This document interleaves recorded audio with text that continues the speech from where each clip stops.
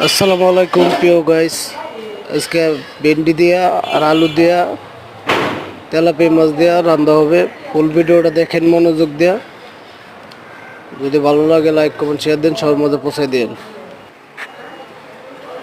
এই যে হলুদ দিয়ে দিলাম, হলুদ দেওয়ার পরে একটু মরিচের গুঁড়ো দেবো, পরিমাণ মতন একটু লবণ দেবো। মরিচের গুঁড়ো দেওয়া শেষ, একটু লবণ দেবো। এই যে লবণ দিয়ে ভালো করে মাখাবো, লাইরে সেরে ভালো করে হাত দিয়ে মাখাইতেছি যেন মশলাটা ভালো করে মাছের মধ্যে লাগে। একটু লড়াছাড়া দিয়ে দিচ্ছি। কড়াইয়ের মধ্যে তেল দিতেছি, তেল গরম হয়ে গেলে মাছটা ছেড়ে দেবো। যে মাছ দিয়ে দিয়েছি,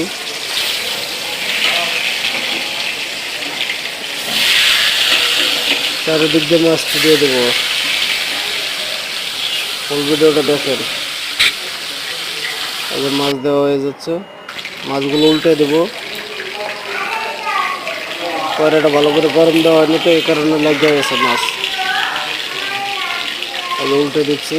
মাছের কালারটা অনেক সুন্দর হয়েছে, দেন সুন্দর করে দেখেন।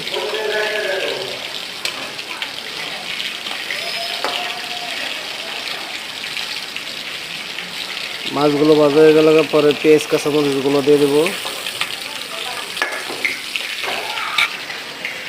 এই যে মাছ তরকারিগুলো কাটতে দিয়েছি, এই যে মাছগুলো উঠে থাকবো অনেক। দেন কত সুন্দর একটা কালার হয়েছে। পেঁয়াজ কাঁচামরিচ দিয়ে দিলাম, একটু লাড়াচাড়া দেবো।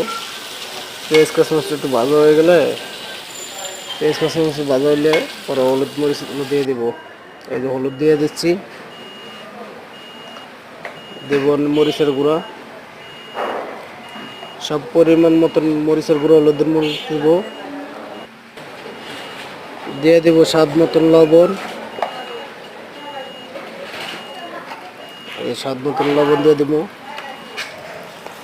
লবণ দেওয়া শেষ, আমি একটু লাড়াচাড়া দেবো, দিয়ে একটু পানি দিয়ে দেবো। দেন ফুল ভিডিওটা দেখেন। পেঁয়াজ ভাজা হয়ে গেল গা, আমি পানি দিয়ে দেবো পরিমাণ মতন। পানি দিলাম, তরকারিগুলো দিয়ে দেবো। আলু আর ফুল ভিডিওটা মনোযোগ দিয়ে দেখেন। এই যে সব তরকারি দিয়ে দিলাম কড়াইয়ের মধ্যে, দিয়ে একটু ঢাকা দেবো 15 মিনিট।